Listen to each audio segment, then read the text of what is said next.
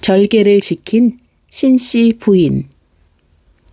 전라북도 순창 읍내에서 전라남도 담양으로 가는 큰 길을 약 10분쯤 걸어가노라면 호로미 산성이라고 불리우는 성이 보인다. 그 성은 아무리 살펴도 인공으로 쌓은 성이지 천연적으로 된 것이라고는 할 수 없을 만큼 교묘하게 된 성인데 울퉁불퉁하게 삐진 바위 하나 볼 수 없이 위는 팔팔하게 손으로 다듬어 놓은 것 같이 되어 있다.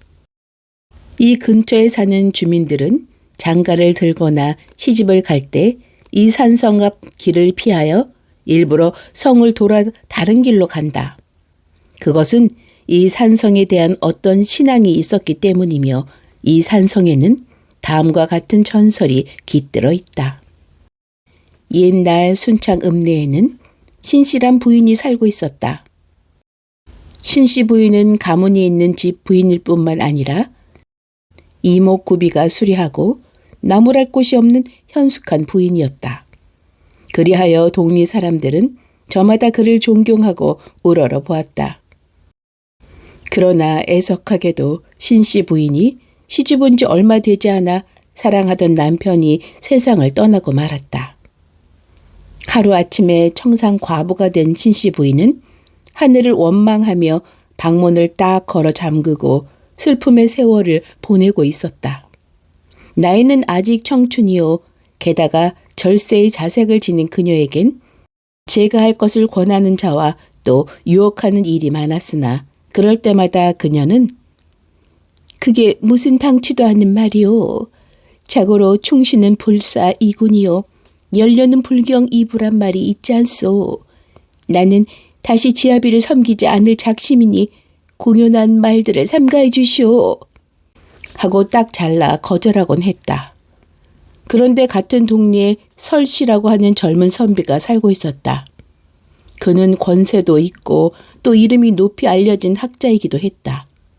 설씨로 말할 것 같으면 일찍이 아내를 여의고 그도 역시 호라비로 지내는 터였다.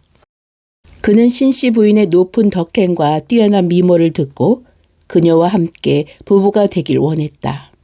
그리하여 어느 날 신씨 부인에게 중매장이를 보내 혼인할 의사를 전달케 했던 것이다. 중매장이가 설씨의 사람됨과 그의 혼인할 의사를 전하자 신씨 부인은 정색을 하면서 아무리 설씨가 이름 높은 학자이고 건세가 이기로서니 일찍이 지아비를 잃고 수절하고 있는 사람의 정절을 꺾으려 든단 말이오. 세상에 권세도 좋고 명망도 좋지만 내 절개만은 어떻게 못할 것이오. 이렇게 일축해 버렸다. 그러나 끈덕진 중매장이는 신씨 부인에게 재혼할 것을 권하자 그녀는 같은 말을 2번씩 하고 싶지 않으니 어서 돌아가 주시오. 그리고 앞으로 당부하고 싶은 건 절대로 그따위 실없는 말을 꺼내려면 아예 다시는 내 앞에 나타나지도 말아주시오. 하고 따끔한 일침을 놓아 되돌려 보냈다. 정말 신씨 부인의 굳은 절개 앞에는 사회의 명망이나 권력 따위가 소용이 없었다. 설씨는 이 말을 듣고 저기 실망했으나 굽히지 않고 중매장이를 또 보내어 신씨 부인을 달래어 보았다. 역시 단호한 거절에 준절한 책망까지 하더라는 것이다. 지금까지 하고자 한 일을 별로 못해낸 일이 없으리만치 커다란 힘을 가진 설씨로서도 철석같이 굳은 신씨 부인의 지조에는 어쩔 도리가 없었다.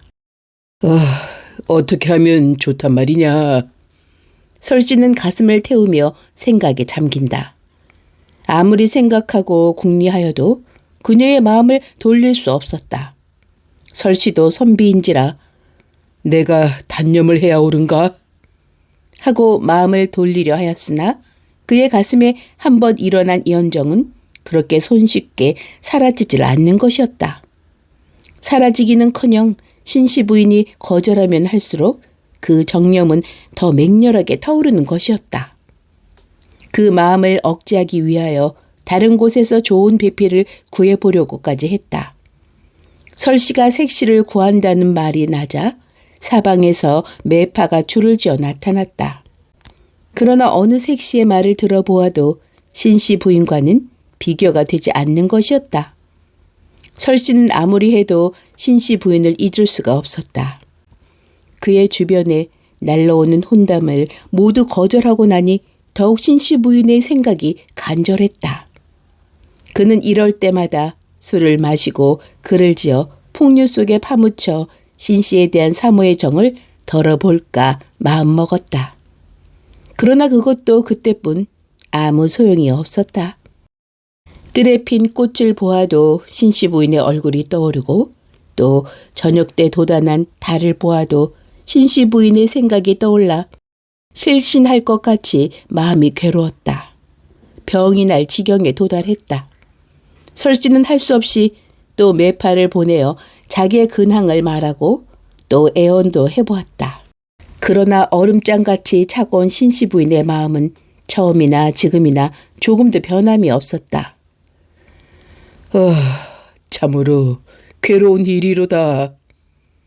설씨의 입에서는 불현듯 이런 탄식이 흘러나왔다. 이제는 어쩔 도리가 없었다. 정말 단념하는 수밖에 없었다. 이렇게 작심하자 설씨는 가슴 속에 아로 새겨진 신씨 부인의 영상을 지워버리려는데 안간 노력을 다하였다. 그래도 신씨 부인의 생각이 강렬하게 떠오를 때는 술을 마시고 취중에는 글을 읽는 등 온갖 괴로움을 이겨내려고 했다. 그러나 짝사랑의 용모는 발버둥 치면 그럴수록 더 못 잊어지는 것이었다. 설씨는 마지막으로 한 생각을 짜냈다. 그리하여 그 제안을 매파 노인에게 편지로 보냈다. 설씨 부인은 매파가 들고 온 편지를 들고 그대로 찢어버리려 했다. 그러자 매파는 난색을 표하며 아유 제발 찢지는 마시오. 그 사연은 아주 기묘한 것 같으니 한번 읽어보시고 저에게 답을 주십시오. 하자 신씨 부인은 한참 편지를 들고 앉았더니 무엇인가 결심하듯 피봉을 뜯었다. 자주 괴롭히는 소생을 용서하십시오. 이제 마지막으로 이 한 가지 제안을 하오니 사연을 읽으시고 가부를 이 노파에게 전해주시면 죽기로써 감사하겠습니다. 내가 석자 되는 남학신을 신고 서울을 갔다 오기와 신씨 부인께서는 읍의 서북 쪽에 있는 적은 산에 산성을 쌓기와 내기를 하자는 제의입니다.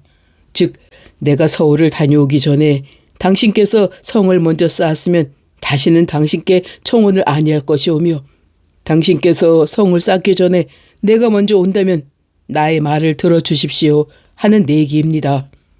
깊이 생각하시와 이 내기에 응해주시기 거듭 바라며 이만 각필합니다. 다 읽고 난 신씨 부인은 저기 긴장한 표정이다. 그녀는 깊은 생각에 잠겼다. 아무리 생각해도 어려운 내기였다. 그러나 신씨 부인은 어떻게 하든지 이번 내기에서 이겨서 귀찮은 사나이의 청혼을 다시는 입 밖에 내지 못하도록 하리라 결심하기에 이르렀다. 그리하여 이 내기에 응한다고 쾌히 승낙했던 것이다. 약속한 날 아침이다. 설씨는 굽이 석자나 되는 높은 남학신을 신고 서울을 향해 떠났고 이와 동시에 신씨 부인은 연약한 몸으로 지정된 산으로 가 성을 쌓기 시작했다. 남학신 신고 서울을 갔다 오는 거나 성을 쌓는 일이나 모두가 어려운 내기였다. 그러나 설씨는 가진 고생을 무릅쓰고 성을 쌓기 전에 서울을 다녀와 자기의 소원을 이루어 보려고 입을 악물고 길을 재촉했으며 한편 신씨 부인은 설씨가 서울에서 돌아오기 전에 성을 다 쌓아 다시는 혼담을 입 밖에 내지 못하게 하려고 있는 힘을 다해 돌을 날라다 성을 쌓았다. 꼭 이겨야지. 꼭 이겨야지. 이겨야 한다. 1초 동안도 신씨 부인의 머리에는 이런 필승의 생각이 떠나지 않았다. 잠시 동안도 쉬지 않고 해가 서산을 넘으려 할 때에 신씨 부인은 그 성을 다 쌓고 말았다. 팔다리가 늘어지고 손바닥은 닳아 피가 맺혔다. 한숨을 내쉬며 신씨 부인은 허리를 폈다. 이젠 내가 이겼다. 제 아무리 장사이라 한들 석자나 되는 나막시를 신고 서울을 갔다 오느라면 땀깨나 날깨다. 하고 얼굴을 들어 서울길을 바라보았다. 어머? 신씨 부인은 깜짝 놀랐다. 그의 앞에는 어느새 왔는지 설씨가 지친 얼굴로 버티고 서 있는 것이었다. 그러나 이미 성도 다 쌓은 뒤였으므로 신씨 부인은 미소를 지으며 설씨를 바라보았다. 그때 설씨는 무엇을 눈치채었는지 벼랑간 내가 이겼다! 하고 소리 지르며 미친 듯 날뛰는 것이다. 신씨 부인은 영문을 몰라 어리둥절하고 있는데 설씨는 부인의 치마를 가르치며 부인께서는 이번 내기에 졌습니다. 보십시오. 아직 치마에 흙이 붙어 있으니 이것은 일이 끝나지 않은 것이나 다름없습니다. 하고 말했다.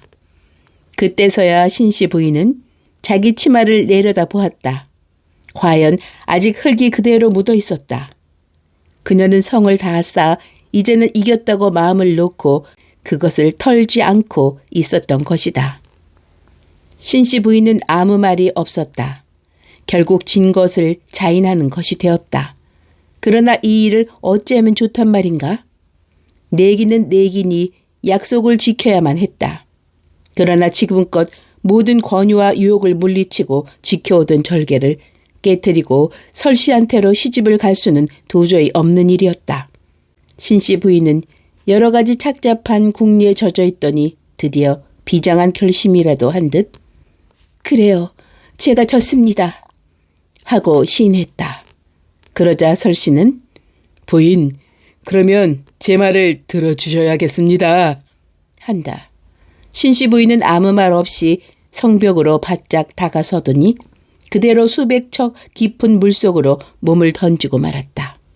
철석 같은 절개를 깨트리는 이보다 차라리 목숨을 끊는 길을 택한 것이다.